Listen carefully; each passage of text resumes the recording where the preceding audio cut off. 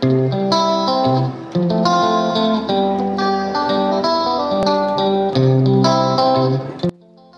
Friends, ഇന്നത്തെ recipe അപ്പം, ദോശ, ഇഡ്ഡലി ഇതിൻ്റെയൊക്കെ കൂടെ കഴിക്കാൻ പറ്റിയ നല്ലൊരു ടൊമാറ്റോ ചട്നിയാണ്.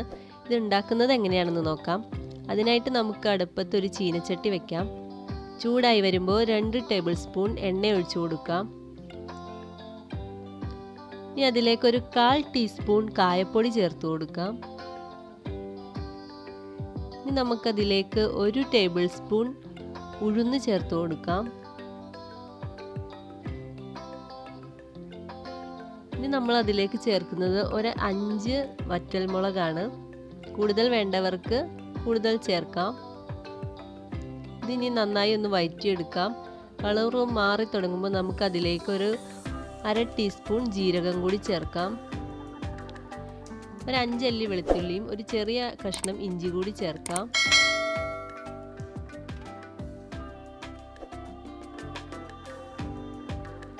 ഇനി നമ്മൾ ചേർക്കുന്നത് ഒരു 8-9 അല്ലി ചുമന്നുള്ളിയാണ്.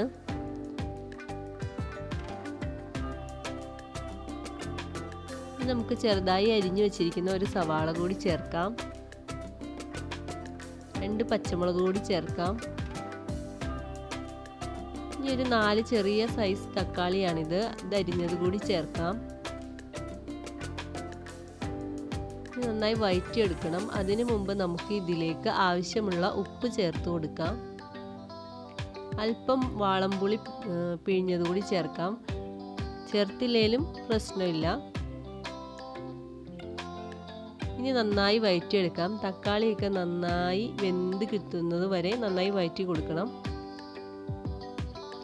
അതിനുശേഷം തീ ഓഫ് ചെയ്യാം. പിന്നെ തണുത്തതിന് ശേഷം നമുക്കിത് മിക്സിയുടെ ജാറിലിട്ട് നന്നായി അരച്ചെടുക്കാം. നമുക്കിത് അരച്ചെടുത്തിട്ടുണ്ട്. ഇനി നമുക്കിതൊന്ന് താളിക്കണം. അതിനായിട്ട് ഒരു ടേബിൾ സ്പൂൺ എണ്ണ ഒഴിച്ചു കൊടുക്കാം. അതിലേക്ക് കടുക് ഇട്ട് കൊടുക്കാം. കറിവേപ്പില ചേർക്കാം. ഇനി നമ്മൾ അരച്ചു വച്ചിരിക്കുന്ന ചട്നി ഇതിലേക്ക് ചേർത്ത് കൊടുക്കാം.